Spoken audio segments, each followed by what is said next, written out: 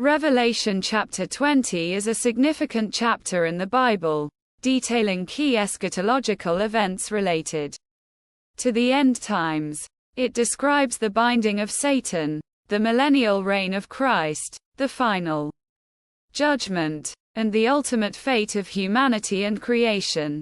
To fully grasp the chapter's meaning, we must examine its structure and symbolism. 1. The binding of Satan. Revelation chapter 20 verses 1 to 3. The chapter begins with an angel descending from heaven with a key to the abyss and a great chain. This angel seizes Satan, the devil, and binds him for 1,000 years, casting him into the abyss. The imagery of a chain and abyss represents Satan's incapacitation, preventing him from deceiving the nations. Symbolically, the abyss is often considered a place of confinement, not annihilation, highlighting Satan's limited power during this time. The 1,000 years, known as the millennium, has been interpreted differently by scholars. Premillennialism holds that Christ will return before this millennium to reign physically on earth. Postmillennialism views the 1,000 years as a symbolic period where the gospel gradually triumphs, after which Christ will return. Amillennialism interprets the millennium figuratively as the current church age, emphasizing Christ's reign in the hearts of believers rather than a literal earthly kingdom. 2. The millennial reign of Christ. Revelation chapter 20 verses 4 to 6. Following Satan's binding, John sees thrones with individuals seated on them who are given authority to judge. These individuals are typically identified as martyrs or faithful believers who had not worshipped the beast nor taken its mark.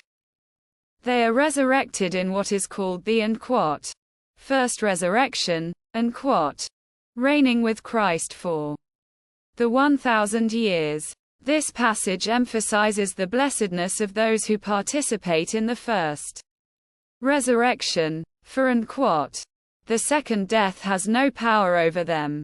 The second death, later revealed as eternal separation from God in the lake of fire, is contrasted with the eternal life enjoyed by these saints. This reign of the saints with Christ symbolizes their victory and vindication, echoing the promise of co-rulership with Christ.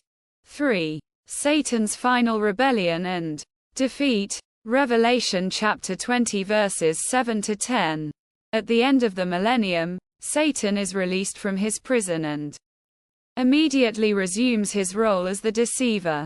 He gathers the nations for a final assault on the camp of God's people. This gathering, often referred to as the Battle of Gog and Magog, symbolizes the forces of evil aligning for one last conflict. However, this rebellion is swiftly crushed. Fire comes down from heaven and consumes the attackers. Satan is then thrown into the lake of fire, joining the beast and the false prophet, where they will suffer eternally.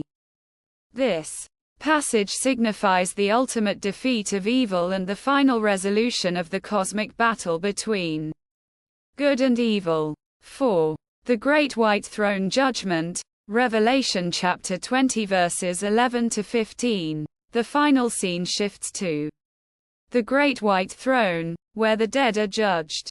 All of humanity is resurrected for this judgment, both the righteous and the unrighteous. The books are opened, containing the deeds of each person, and individuals are judged according to what they have done. However, the ultimate criteria for salvation is whether one's name is written in the Book of Life. Those whose names are not found in the Book of Life are cast into the lake of fire, which is described as the second death. This is the eternal fate of the wicked, the culmination of divine Justice.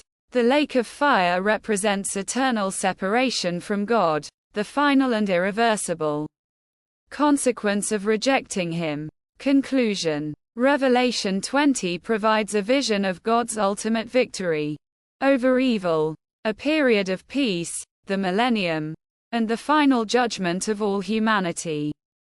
Its apocalyptic language and imagery invite various interpretations, yet its central themes of Christ's triumph, Satan's defeat, and the eternal destiny of souls remain clear.